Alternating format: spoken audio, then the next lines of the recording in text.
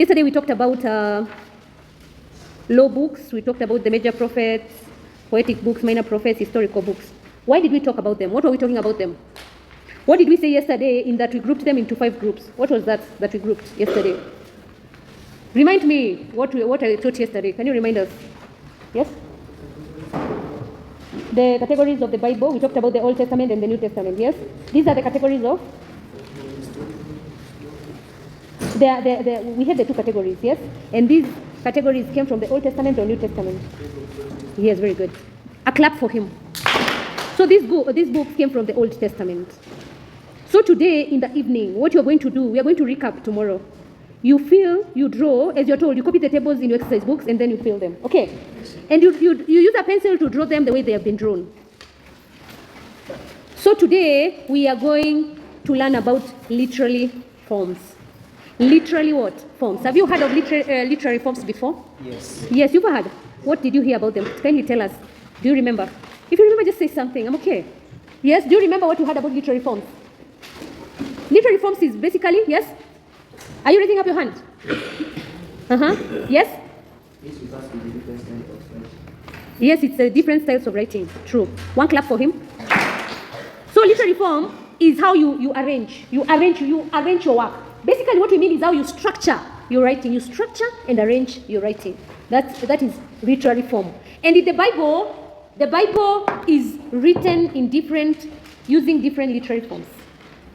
The reason why the Bible is written in different literary forms, which is arranged in different ways and structured in different ways, is because number one, the books of the Bible were written in different times in history. All of them were not written at one time. It was different times in history. That's why you find these people use different literary forms to write the Bible. Number two, it's because each and every writer wanted to stand out, wanted his writing to stand out, to be different. To stand out is whereby you write something in that people are going to be able to like it. It is going to be seen more than the others. That is standing out, right? Yes. People are going to look at it because it will be different. You'll be unique, basically. So number one, it's because the books of the Bible are written in different times in history, and because most of the writers, some, not all of them, some wanted their work to stand out. So there are different literary forms.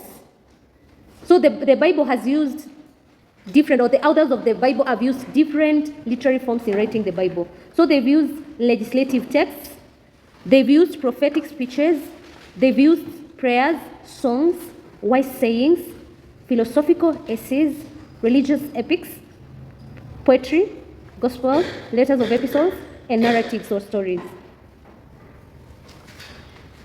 So here you've been told to work in groups. You can see the activity 9.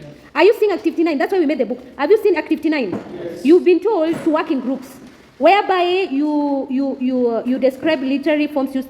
You write points on a chart. You describe the literary forms used in the Bible. You write the points on a chart, and you display your chart in the what? In the classroom. And that is what I wanted us to do. That's why I got the manila paper, because it is only one manila paper. And I want it to fit the 11. The 11 literary forms that we're going to learn in this C.R.E lesson. There are many, you have to understand. If you continue making weird faces and facing the wrong direction, I'm going to change this method of sitting. We'll start sitting like we are in a lecture hall. Because this is more comfortable, but you have to be very keen. Why I'm saying you should be very keen is because after this you're going to do an exam. You remember that, right? Yes. The exam is going to come from NEC. So now you have really to listen so that you can be able to handle the exam. Do you remember how the K.C.S.E was?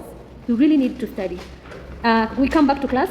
What I was saying is, in this lesson we are going to learn the 11 literary forms. And these 11 forms are not the only ones used in the Bible. These are just some of the literary forms used in writing of the Bible. They're not all of them.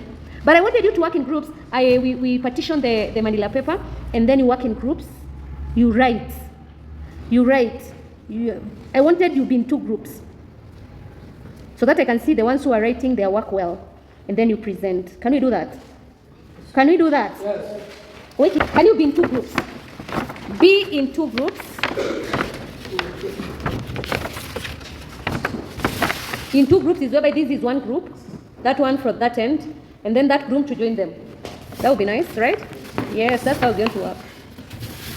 So the first group is going to write from number 1 to number 6, and then the next group, number 7 to 11. So which one is the first group? You are the first group, and then the second.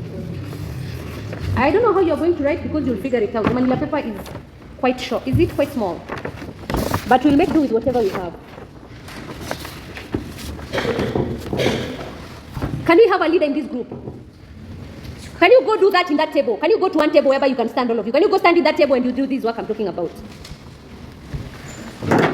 You go there, you write those literary forms, and the whole group will come here and what? And present. We have this group here, and we have you and them.